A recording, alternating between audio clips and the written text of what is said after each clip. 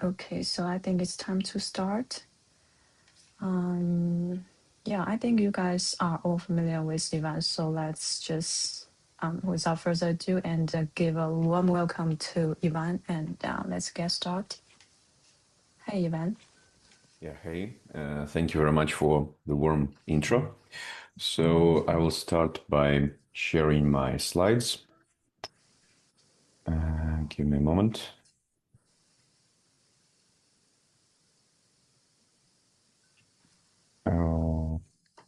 Okay, I believe you can see my screen now, right? Yes. Okay, and for this workshop, I will share the video as well to be closer to you guys. So, slideshow.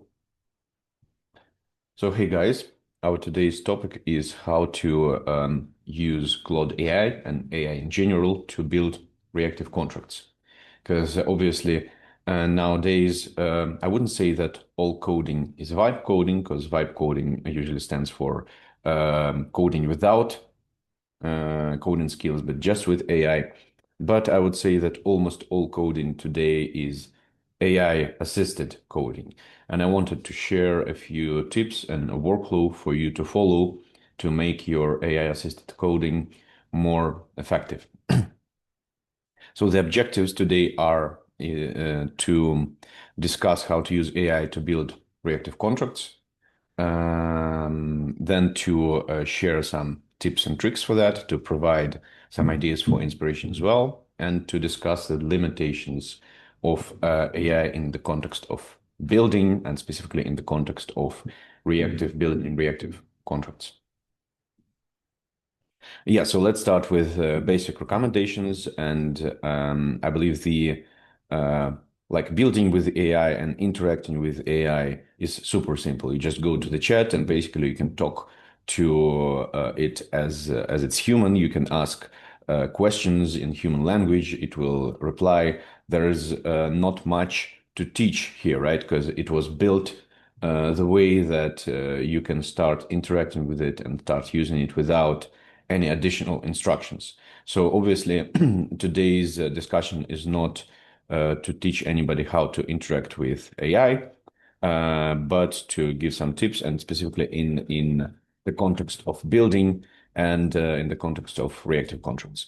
And so the first thing I would love to share in this context is that AI does not replace a developer, it enhances them. And it enhances the developer, I would say, mainly in three areas. First of all, it allows you to get quick access to the knowledge you don't have yet, because it has parsed almost everything and it has knowledge about different stuff. And then when you're working with some new tech stack, such as reactive contracts, you can just provide the link to the docs and it will parse that and understand it quickly and then explain it to you so you can work with this new thing you were not familiar before that. So the second thing it's improving is the speed of your development, and not only because you understand faster, but also because it builds it builds actual code for you, right? So it allows you to build faster, right? But it does not do it.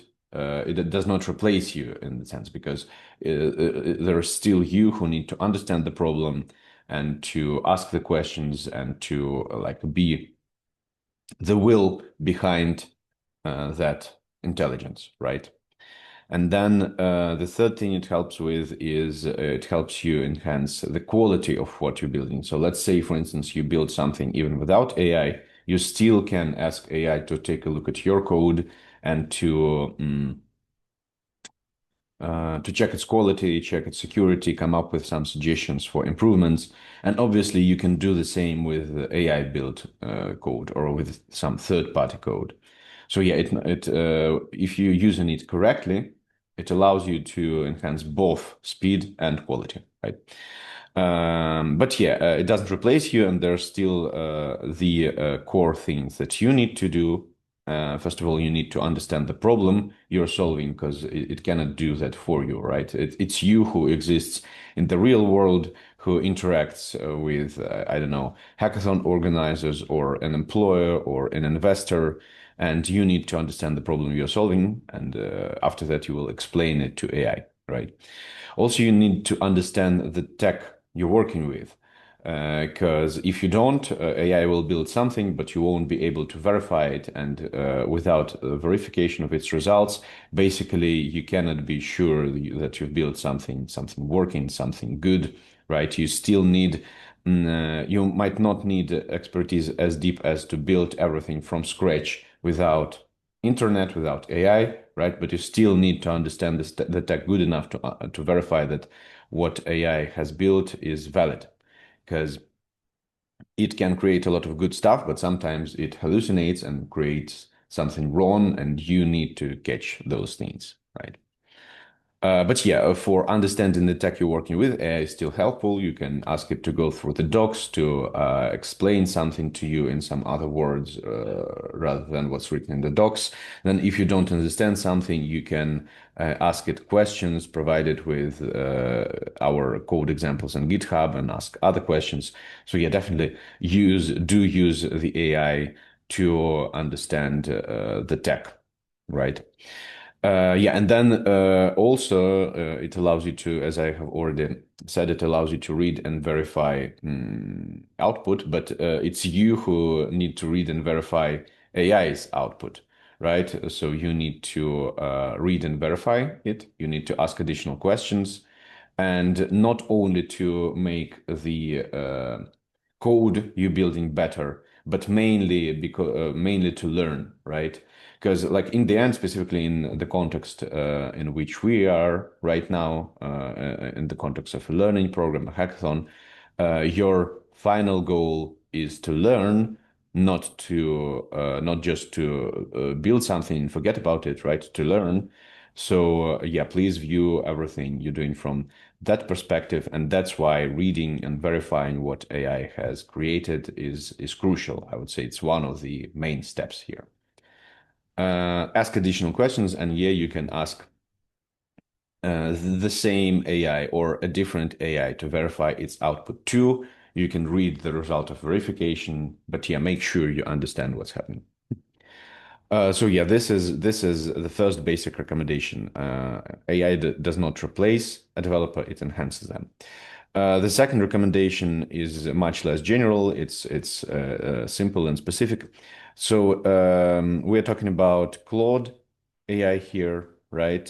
So with Claude, I recommend using CLI tool or VS Code extension. So in my case, it's a VS Code extension. It exists in a terminal, right? But it works the same as the web version or desktop version. The difference is that it can create the code directly in your folder, in your repository, and you won't need to copy paste stuff because, as you will see later, if you work with web or desktop version, you will after that need to copy paste stuff, create files yourself, and go to terminal or VS Code version anyway. So yeah, I suggest that you just start there, right? And the third recommendation is other AIs are also good, and some people prefer building using Cursor or GitHub Copilot or ChatGPT. I don't know, maybe someone used Gemini as well. So these are all valid options, and with time, it changes which one of them is better for which tasks. It's just that in our team, the consensus is currently Claude is better. And me personally, I have experience with Claude, with Cursor, and with GitHub Copilot. They're all good, but Claude for me provides the best results, right? And yeah, so that's what I recommend. Okay.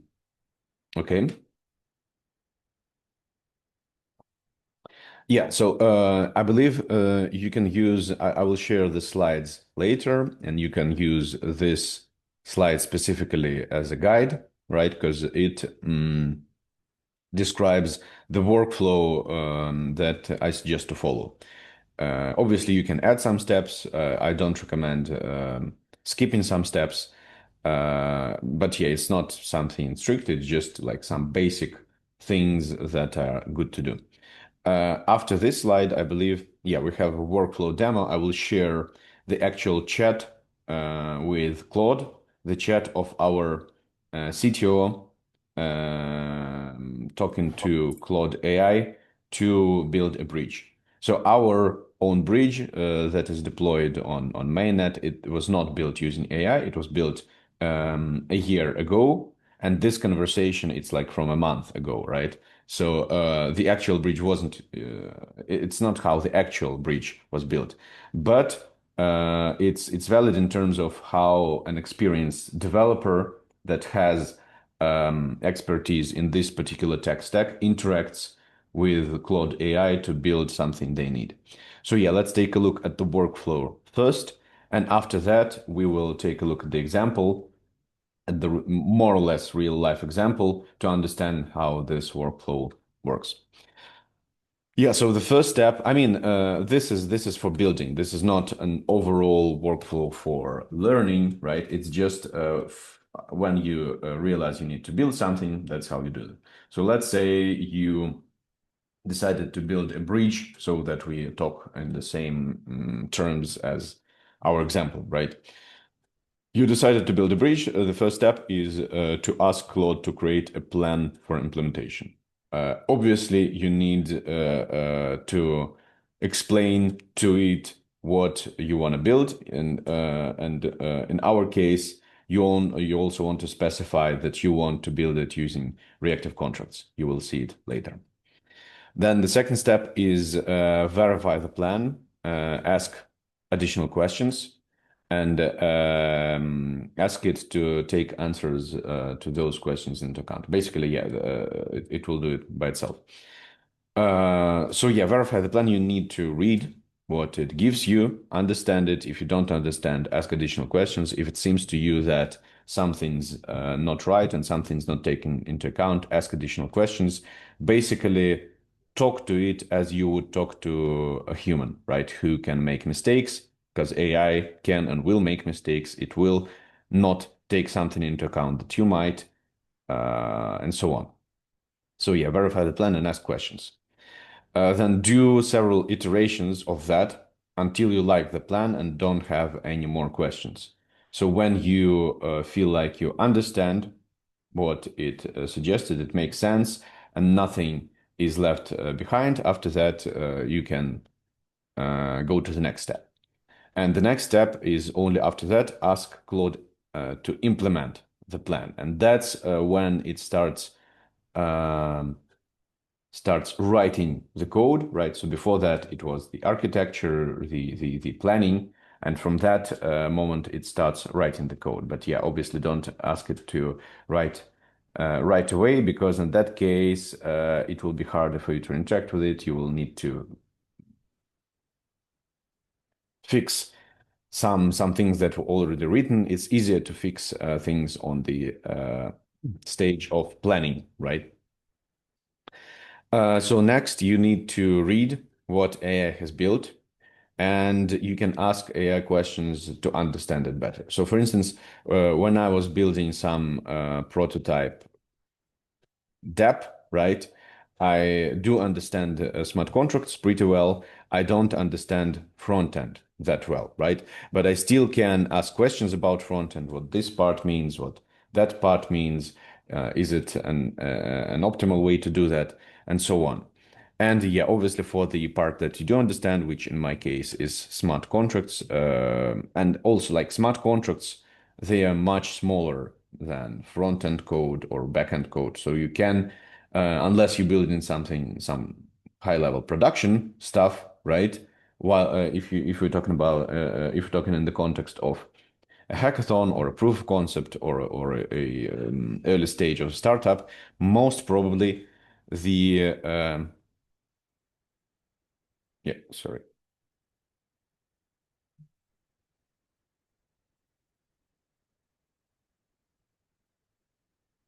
Most probably, uh, there won't be too much code and you will be able to read all of that code. So I suggest that you read all the smart contract code at least, and make sure you understand it. If you don't understand it, you can ask AI about the specific line of code.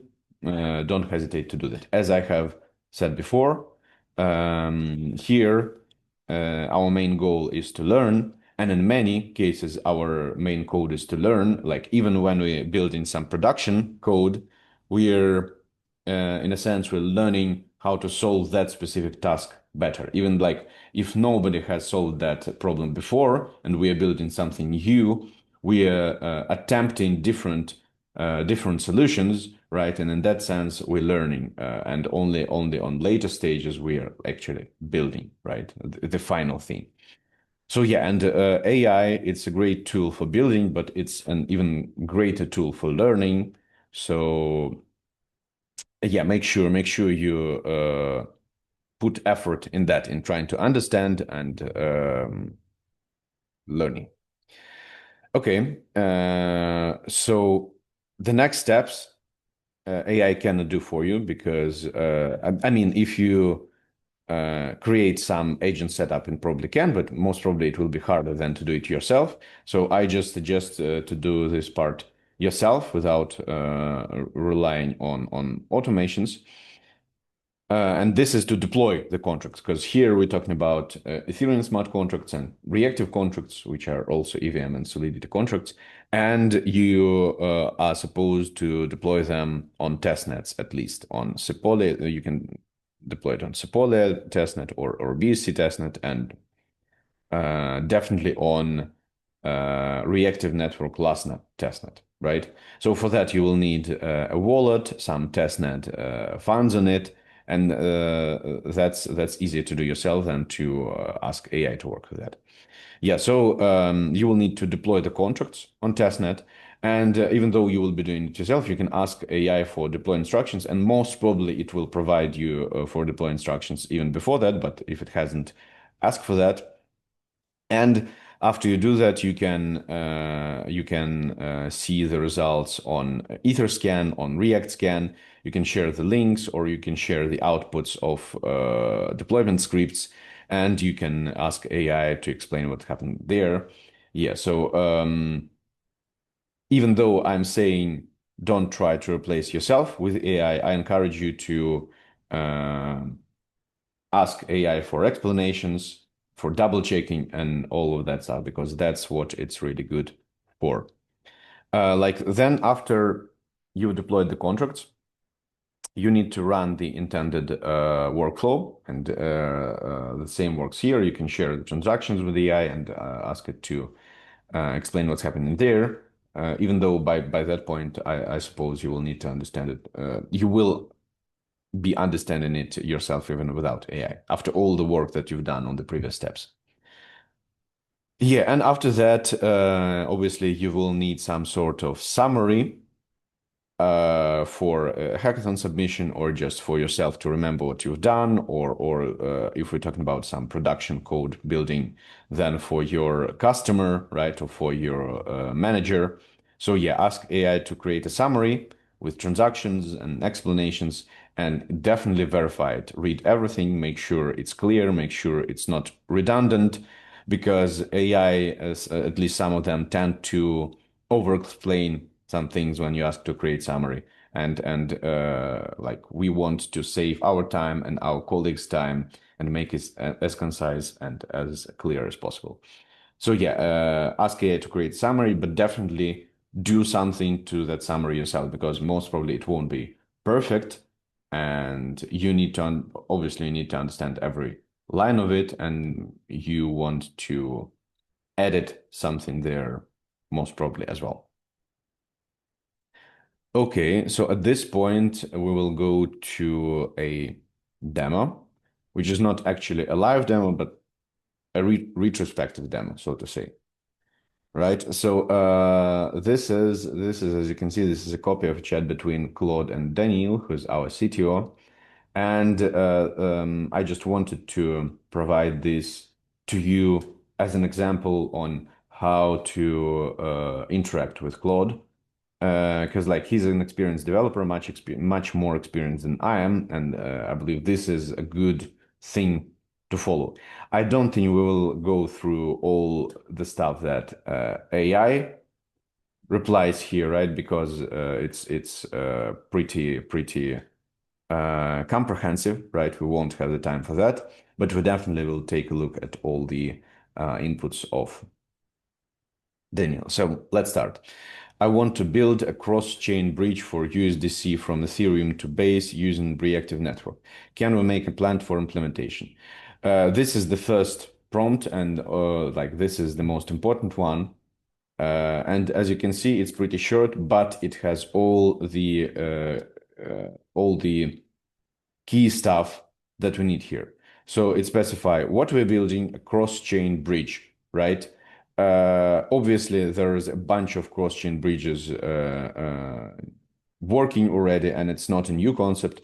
So it's clear for everyone, including AI, what this means, right? So in case you're building some new dApp of your own, you obviously will need to provide more explanations on what you're building. But here, since we're just building the common thing using Indu technology, we can just say a cross-chain bridge, right? Then we specify the token and the networks, which is useful.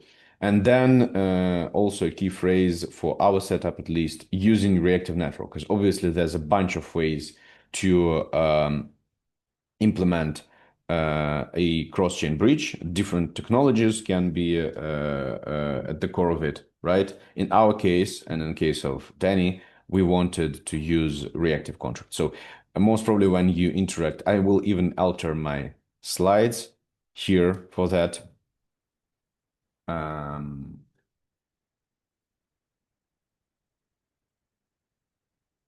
To create a plan for implementing your solution using reactive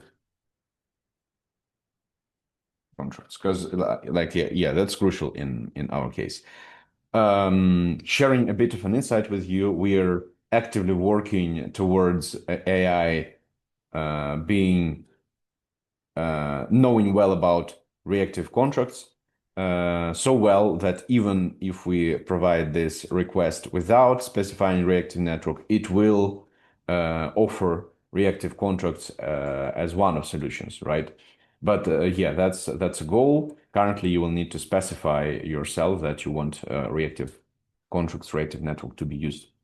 Yeah, and the next question is also important. Then you specifying that we're not building a code straight away, but we're making a plan for implementation, right? So even though this looks pretty simple, it's pretty perfect and important. So yeah, take notes for all the parts of this thing. Yeah, okay, so then Claude starts searching. Yeah, and also there's different models under the hood, right? Sonnet, Opus, one more, right? Planning is an important part. So if you have access to more complicated models of Claude or of the AI of your choice, then I encourage you to use more powerful models for planning, because after the plan is done, after the complex questions, problems are resolved, copy pasting, writing the code, it's not that complex. The most complex part is planning. Okay, so as you can see, it took its time to familiarize itself with reactive contracts, and here it offers the solution.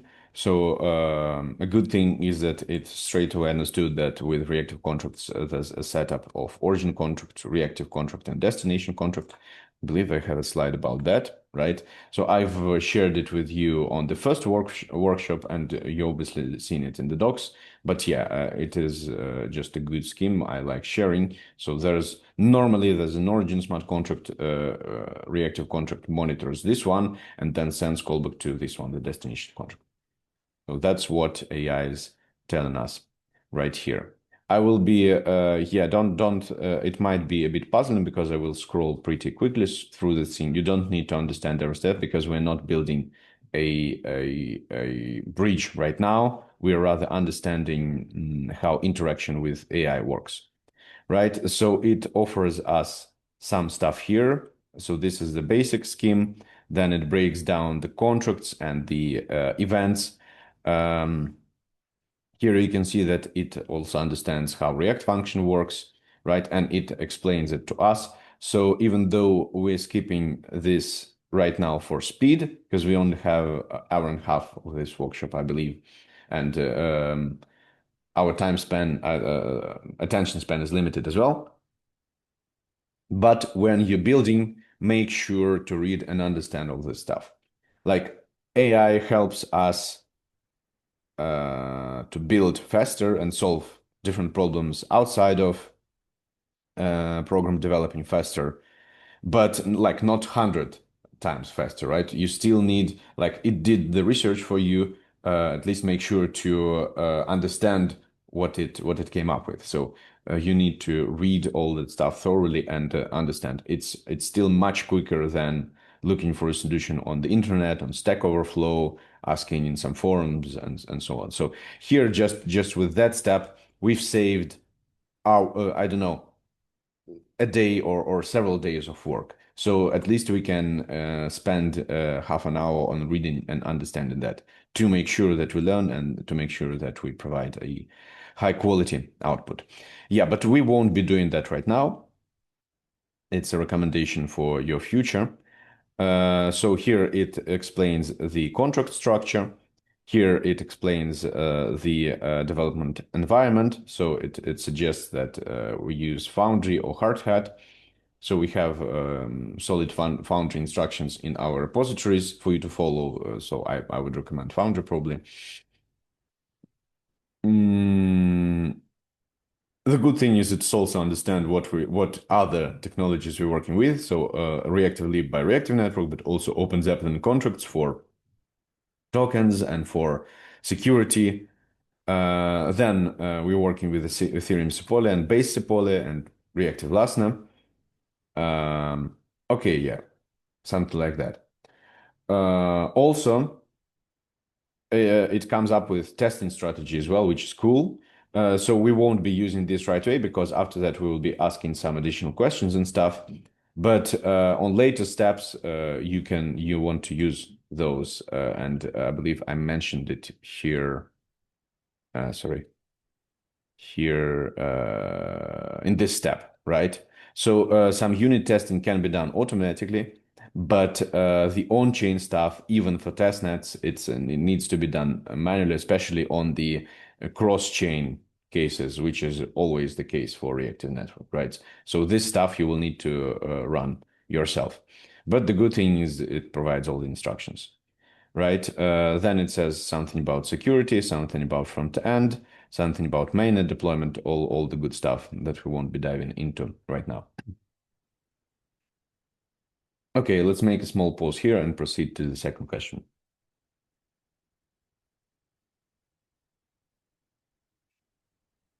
Okay, so what's happening here is Danny has already built a working bridge on reactive contracts a year before that discussion. So he knows what problems he might face, and the Claude AI don't know what problems it might face, right? So that's why he's asking about the double spend, right? But you yourself can think about the setup that AI suggested for you, and if it seems to you that you either don't understand something or you think you found a mistake or a weak place, always ask questions, right? Because both might be the case. Maybe you didn't understand what it did. In that case, you need to understand. Or maybe it didn't take that into account. So even though it's clever, right? It builds good stuff. It cannot take everything into account, and we're still there to help it. So yeah, that's why we need to ask questions. And to ask good questions, you need to understand the output, right? So yeah, in that case, the question is how to prevent double spend. And honestly, I believe on one of our previous workshops or co-learning sessions, we've had such questions in the chat. So that means that you actually have enough experience to understand that level of problems and ask those questions. So yeah, after that, it comes up with how to solve this issue, right? And yeah, let's take a look at least at the core mechanism. The idea is simple. Every bridge request gets a unique identifier, nonce, and the destination contract records which nonces it has already processed. If a callback arrives with a nonce that's already been fulfilled, it gets rejected. As a matter of fact, this double spend problem, it might appear not only in a bridge, but in other setups as well. I don't think you necessarily need to take it into account for proof of concepts, for two reasons. First of all, it might be complex to resolve, and you might not have time for that on the proof of concept level. But second, it already has a solution within our bridge. So after you build proof of concept, to make it reliable and working, you just need to apply the existing stuff to it to make it a production solution, right? But anyway, it's interesting because we are mainly learning here, and from the standpoint of learning, it's very valuable. I don't think we need to go through all the code here because, spoiler, it's not a solution that Danny and AI decide to use in the end. They have some other solution in mind. But yeah, here nonce is being used to avoid this double spending thing. Yeah, we won't go into those explanations here. I don't even think I will share this discussion with you, but the thing is you can reproduce it yourself. So I believe there will be a recording of this thing. You can ask AI the same question. You can get slightly different answers, but that's where your experience will start to grow with you interacting with this thing and understanding how it's built, right? So yeah, we won't dive into how it suggests to resolve the double spending problem. But yeah, the next question by Danny is definitely one of the questions we've got in the chat earlier, and that's how to deal with reorgs, right? Yeah, here it explains what a reorg would be, right? Because it doesn't know who's Danny. It does know that Danny already knows what a reorg is, so it implies that it might be some beginner developer who just read about that on the internet, or maybe someone else asked, so it has to explain the question, and that's a good thing for us from a learning standpoint. Yeah, it offers some sort of solution. Also, spoiler, it's not the solution that they use in the end. So yeah, let's skip this for now. Also, it has a lot of code here, which is good for learning, but not for a hour and a half workshop. So we're skipping that stuff here, because mainly for us, we're not learning how to be an AI and how to respond, right? We're learning how to be a human interacting with AI and to ask the right questions. Right, but also here we can see that it actually provides a lot of output, right? And code as well. And still it makes sense for us, like not in this workshop, but when we actually building something, to familiarize ourselves with all of that stuff, right?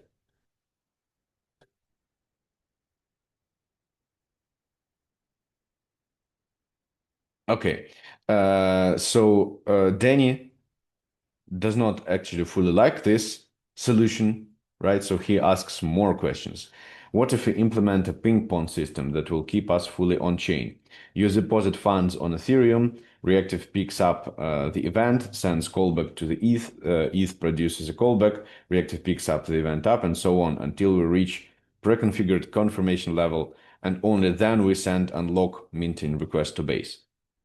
So if you guys want to implement reorg protection and double spend protection, this is the solution you might want to go for. So this is actually this is one of the key tricks from this chat I wanted to share, because Danny has already had an experience with building such a bridge, and that's what they came up with as a result with the team of developers. So it's offering the solution to the AI, right? So AI didn't come up with that. That's something original. And in the end, like when you grow, when you become a more experienced developer, but also just even from now, you still have your creativity, right? What AI doesn't really have. It's good at compiling stuff. It's good at explaining, reading, and so on. But in most cases, it cannot come up with something principled in you, right? But when you came up with a good idea, it might be even too complex for you to implement, right? But you can ask it to implement that, but you still need to come up with your idea. So I believe this is a key moment here, right? So Danny read its response, then he thought about the problem, and then he came up with a solution, right? And then he asks AI whether this solution works and how to implement that. So yeah, I suggest that you aim at that, understanding the problem with the help of AI, and then come up with original solutions of your own. Obviously, if the basic solutions do not work, which is the case in most cases. Okay. Yeah, then some compliments from AI, which is nice. Then it explains the idea, and then it dives into how to implement that thing here. Also, we don't have time to go through all of that stuff, and we don't need to go through all of that stuff if you're interested in technical details and how to implement that. I encourage you again to ask AI the same questions and take a look at the result and interact with it more. Yeah, more code examples here. Also some comparison, which is nice because you can base your decisions off those numbers. And anyway, the decision is for you to make. It's not for AI to make. It only can offer options, right? Okay, and then basically at this point, Daniel likes this thing here and wants to implement it. So he asks, I want to implement it now. How do we move this session to Claude Code? So this was a session in a web app, I believe, or maybe a desktop app. And this is the reason I suggest you to use a VS extension or a CLI tool right away, because it will be able to work with the code. Because here you can see it says there is no native send to Claude Code button yet. It's actually a highly requested feature. But the best approach is to create a project spec here based off this conversation and then share it with Claude Code. Obviously, it's just some extra step, which you don't really want to have every time. I mean, if you like the interface of the web version or desktop version much more, you might follow this workflow. But for me, it's better to go straight away from the command line, right? Okay, so at that point, I believe Danny migrated to command line and started building from this point. And from this point, AI started building code. And we don't have the rest of this conversation, but we don't need it because it's too long for us, might be too complex sometimes. But yeah, the basic idea is here.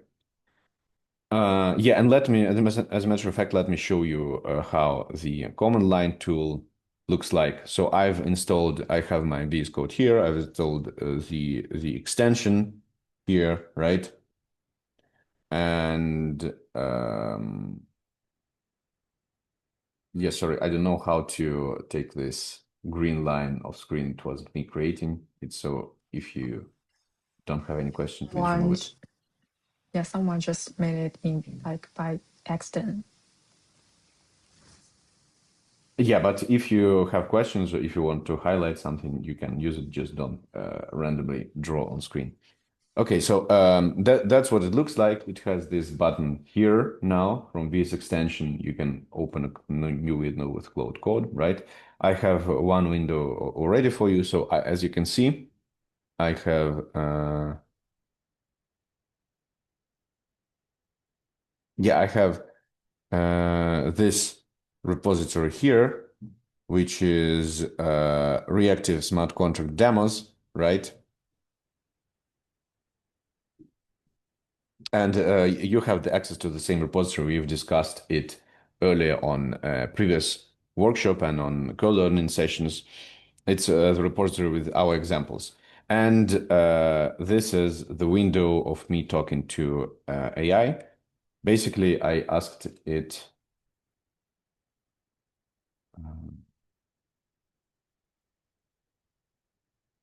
Basically, I asked it to explain to me what's happening there, right?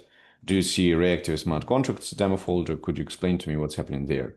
So I'm asking it for some explanations. And after that, you can see it explains everything to me. It tells which contract to look at and all the other stuff. And after that, I can ask some additional questions. So basically, the interface, it just looks visually a bit different from the web version, but basically it's the same. And also you can switch between models here as well.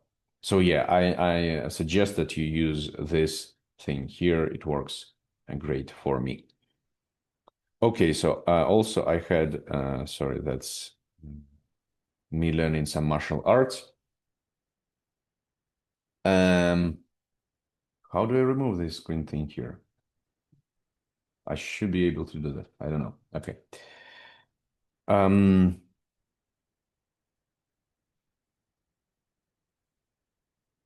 okay, so let me share some more knowledge with you in the form of slides.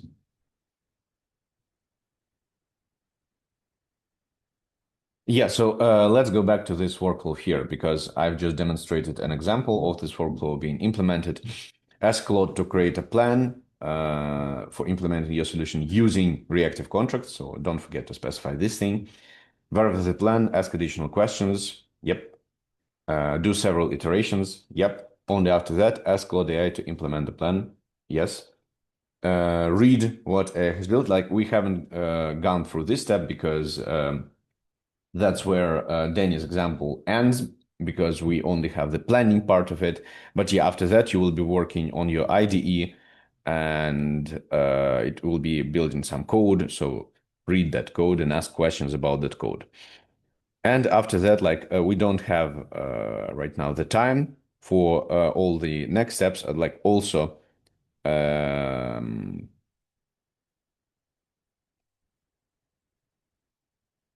yeah, but the next steps are on you to run, right?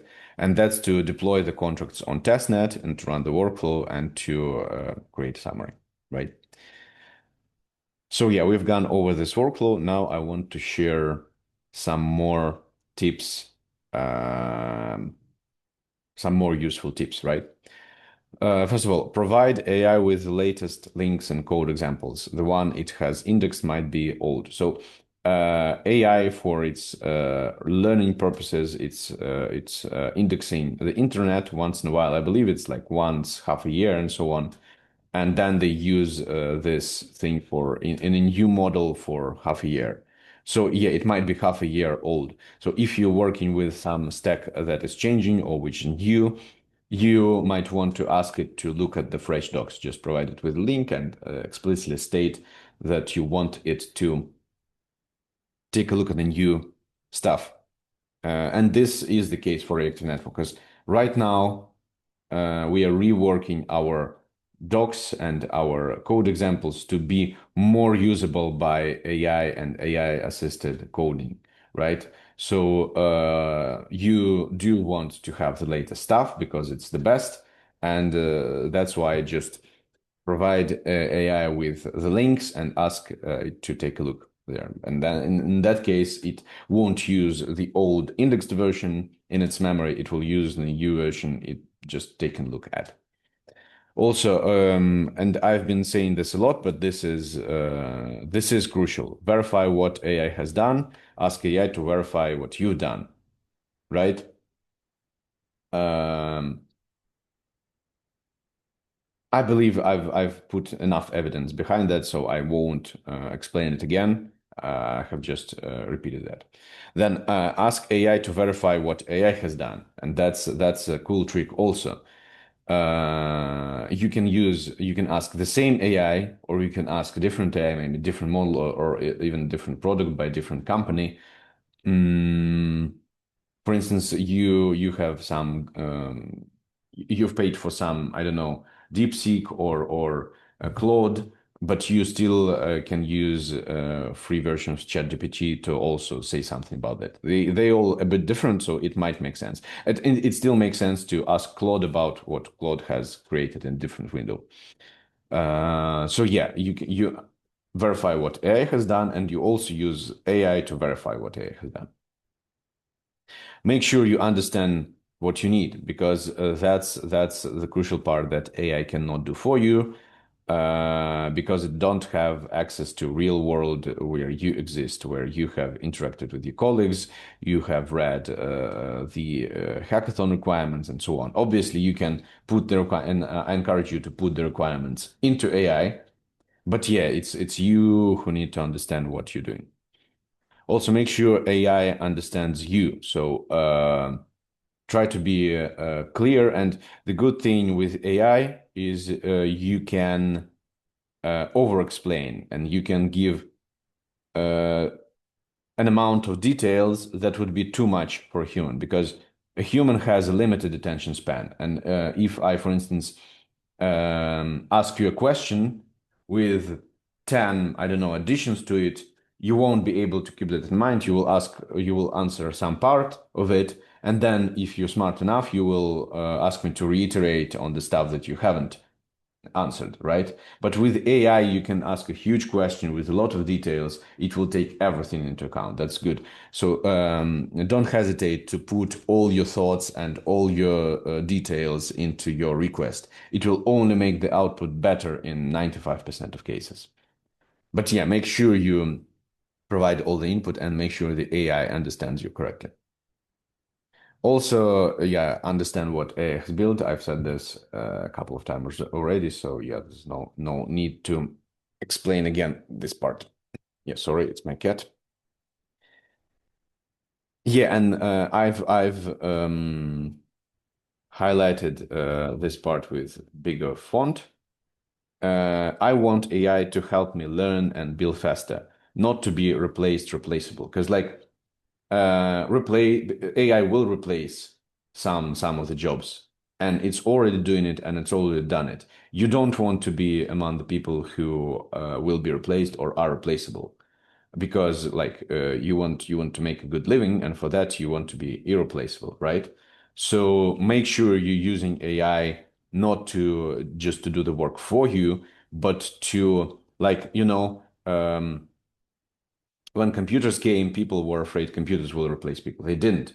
But then a human with a computer in many tasks, I mean, at least informational tasks, maybe research tasks and so on, is much stronger than a human without a computer. So make sure you're this person who knows how to use it, not just the person who's asking to do stuff instead of you, right? Everyone has AI, only you have your skills, only you have like your vision, your original thoughts, ideas, also your skills of interacting with AI. Because as you can see here from this chat of Danny, there is some skills behind that, even though those skills might seem simple, but they rely on a deep expertise in building, right? So you want to build your skills using AI, and one of those skills is interacting with AI. And like the goal is to learn. Obviously, the goal is to learn within this program, right?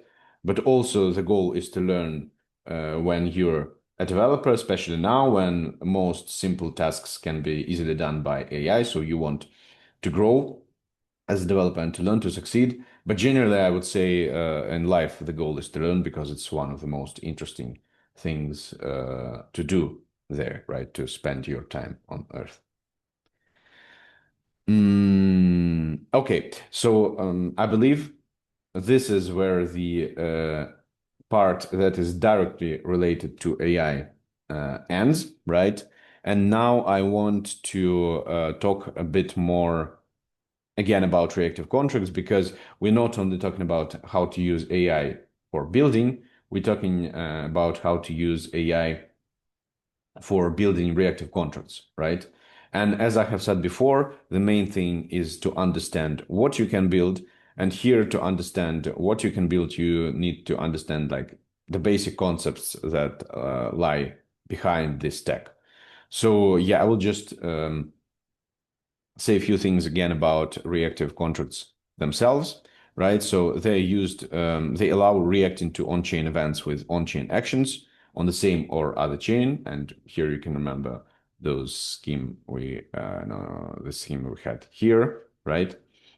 And this enables automation, cross-chain functionality, and modularity in a decentralized manner. I'm only talking about this because, as I have said earlier, the value of a developer is in their effort, their will, but also their original thought. And here I'm trying to put you more in the context of reactive contracts, so that it will start to kind of exist in your mind, which will lead to you having original thoughts about that. And after that, you will be able to ask AI to build something that you came up with, right? So think about those original ideas in the context of automation, cross-chain functionality, and modularity. This scheme we've discussed a bunch of times already. And here I share some examples for inspiration, as I have already shared them on the first workshop, right? But back then, you didn't have knowledge that we've shared today. So with this new knowledge, let's discuss these examples again. So first of all, it's stop loss and take profit order. You might be You might know about those things in the context of centralized exchanges. Reactive contracts allow you to build stop loss and take profit order on a decentralized exchanges, additional to any exchange. So that's both automation and modularity use case. You can even make it cross-chain, but I don't think that makes a lot of sense, right? Then a bridge, we've discussed a bridge, and in the context of bridge, you now know about this trick with ping-pong system, right, where you send a callback from reactive network back to the origin chain, then you catch the event back to reactive network, and so on, to make sure enough blocks has been mined and no reorgs will happen, right? So that's cool. Liquidation protection, where you see the exchange rates changing and you protect your position on a liquidity pool from an automatic liquidation, right? Then automatic fee collection, where you have a bunch of pools on different chains that bring you yields, and then those fees they collect over time, and you can, for instance, do it once a week using cron events, or you can wait for some amount to be collected if it's ERC20 tokens, for instance, and then you trigger a transaction to take fees from this pool to your vault, right? And you can then bridge them from several chains to one vault and so on. So that's what can be done using reactive contracts as well. Auto looper, and I believe we have this example in our demos repository already.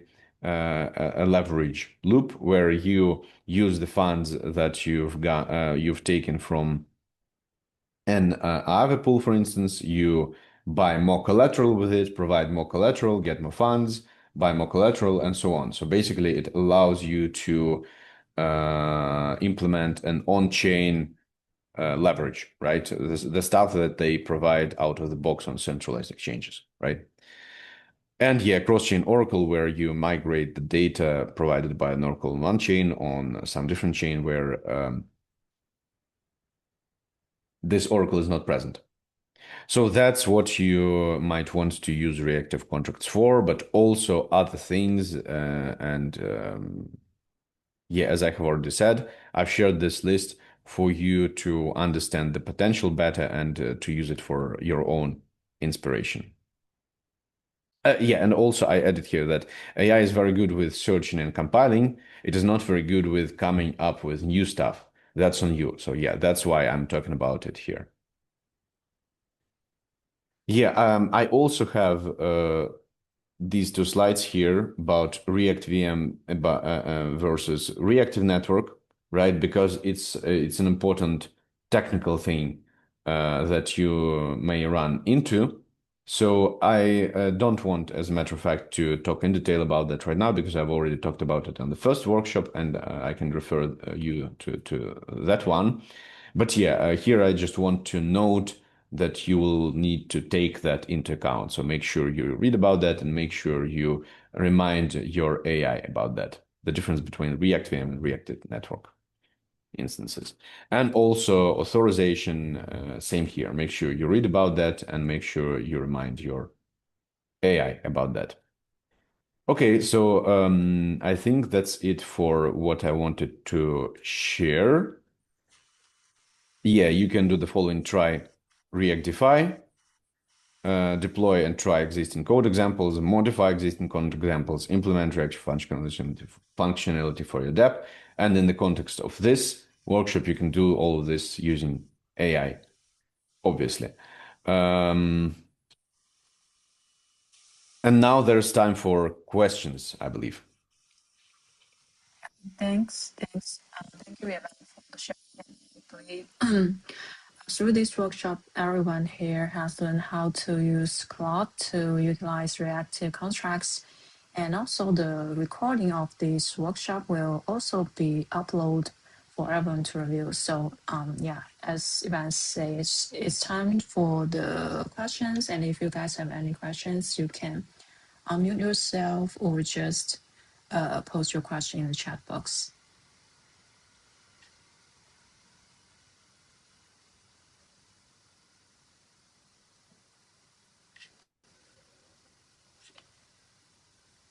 Okay, is there any questions?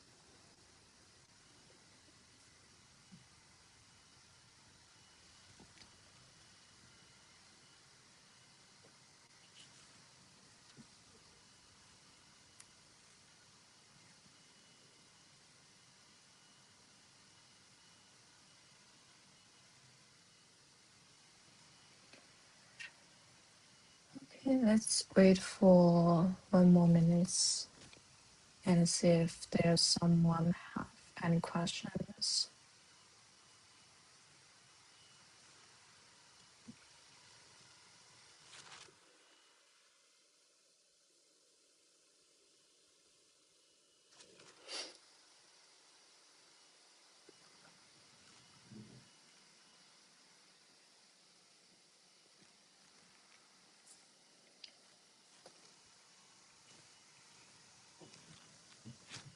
Okay, and if there's no more question, I think it's all for today's Okay. workshop. And hey, Okay.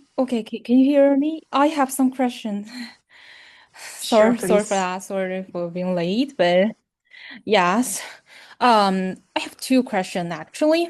The first question would be like cloud, as Evan just recommend to us. Cloud is indeed very useful. It can provide us some solutions and write code for us.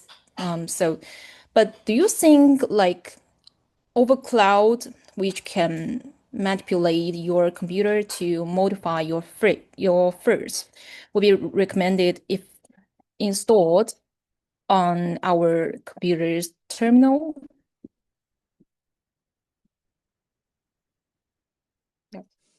Yeah, so do I get it right that the question is it secure to use Claude AI on your computer? Yes. Yeah, that's a good. Yeah, I would. Mm, Yeah, that's a good question. mm. As a matter of fact, I do have some background in information security, but unfortunately, I don't know a lot about information security against AI. So it definitely has some limitations, and your operating system, whichever one you're using, all modern operating systems, they have some permissions, and they don't give all permissions at once to one app, right? And also, obviously, there might be some malicious applications, but obviously, I cannot guarantee that Claude AI or some other AI being installed on your computer won't do anything unintended. Especially if we're talking about not super experienced developers such as me, for instance, it might do something under the hood that I didn't want it to do. But then I believe for most of the popular solutions, it should be well audited and it should be secure. Obviously, here we need to trust the vendor and trust the audits, and some people prefer to never do that and maybe only work in a browser or some other way. Some people prefer even not to work with AI at all. I think working in a browser is an alternative. Like if you have those security concerns, they are valid. And if copy pasting from a browser for you is a reasonable trade-off, I think yeah, it might be a reasonable trade-off. So if you're concerned with those security considerations, you might do that. But also, I think in most cases it will be okay to install, because like it's not the question of in the end it's not the question of whether you install Claude AI specifically or any other application, so to say. So any application can be malicious, can try to steal your funds and do some other stuff. Claude is not very different here. The fact that it runs a language model, right? It doesn't even run on a computer. It goes to the internet, right? So it can be trusted or cannot be trusted the same way as any other application that you're installing, I would say.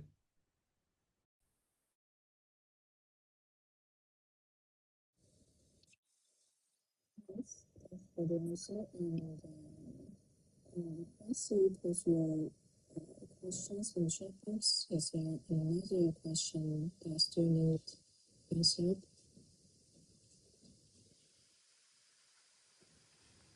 And the second question there, I have put it on the chat board. Can you just answer it for us? Thank you very much. Yeah, sure. If we can't use Claude due to regional issues, what other AI would you suggest we use to assist with programming? Gemini is not very skilled at programming. As I have seen from some of the comparisons, Gemini is not as skilled as Claude, at least, right? I don't know which solutions have which specific regional limitations. So I'm not sure that my advice will be super useful here, but I would name Cursor as a valid alternative, GitHub Copilot, and ChatGPT, and probably DeepSeek as well.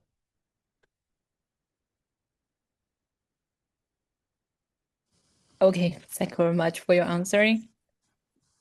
Yeah, thank you. These are good questions. Then we have more questions in the chat. I have a question. It might be a bit offensive, but it's very important for us developers. Can some AI tokens be given as gifts in subsequent hackathons? Yeah, so I don't think it's possible from the reactive network side because we are not an AI company, right? We don't have a lot of tokens of ourselves. We're spending money on it as well. I believe we can give away some testnet React tokens, but that's it. We're a startup. We're not a big company to be sharing those kind of things. But yeah, I think it might make sense for I don't know, to reach out to AI companies for some, I don't know, student grants or some other kind of stuff. But I don't think we can directly help with that because we don't have direct connections to AI companies. So the next question is, hello, Ivan. I have a question. When we use AI to do things we don't know how to do and can't understand many concepts involved, after AI helps us solve the problem, how should we ask AI to explain the relevant knowledge and concepts in detail so that we can better grasp what we originally didn't understand? Yeah, I would say the same way you're asking me, or the same way you're asking any other lecturer or teacher or mentor, right? So AI is programmed to talk like a human, and in many cases it does. So you can talk to it like a human as well. The upside of talking to AI rather than human is that it does not get tired or irritated because of too many questions. It does not consider any question a stupid question. You can ask as many as you want. You can go as deep as you want or as wide as you want. It's okay if you forget some answers and ask again. It's okay if you don't understand the answer and ask again. Yeah, so basically, I would say it's even easier to ask AI questions than asking human questions, because in most cases, if we're not talking about, I don't know, some life or some emotions, psychology, I don't know, some general things, but we're talking about a specific technical problem, AI will answer the same way as a human with a decent expertise, but then you can ask it again and ask it more and spend its time as much as you want, unlike with humans, who's like we only have, for instance, half an hour for this workshop today, and after that, I won't be answering your questions until tomorrow's call-in session. But with AI, you can ask as many as you want.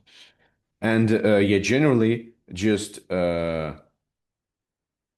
do as you do in learning, try to understand everything, ask about everything you don't understand, then try to understand the answer, and it should work. It's not specific to AI, basically. It's specific to learning. And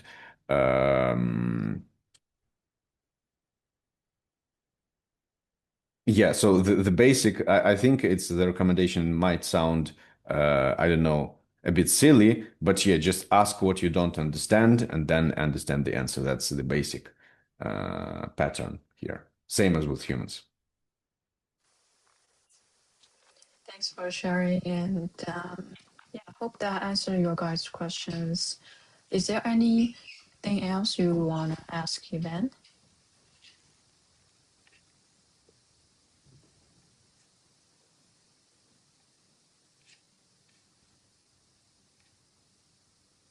Okay, cool. So if there's any question, no more questions, then we just wrap this up today.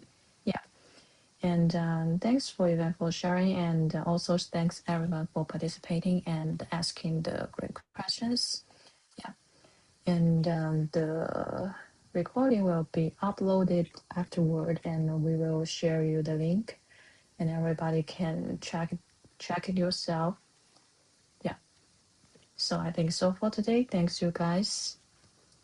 Thank you, Ivan. Yeah, thank you very much for the sharing. organization, and thanks for the attention. Have a great day. Yeah, you too. Okay. Okay, goodbye.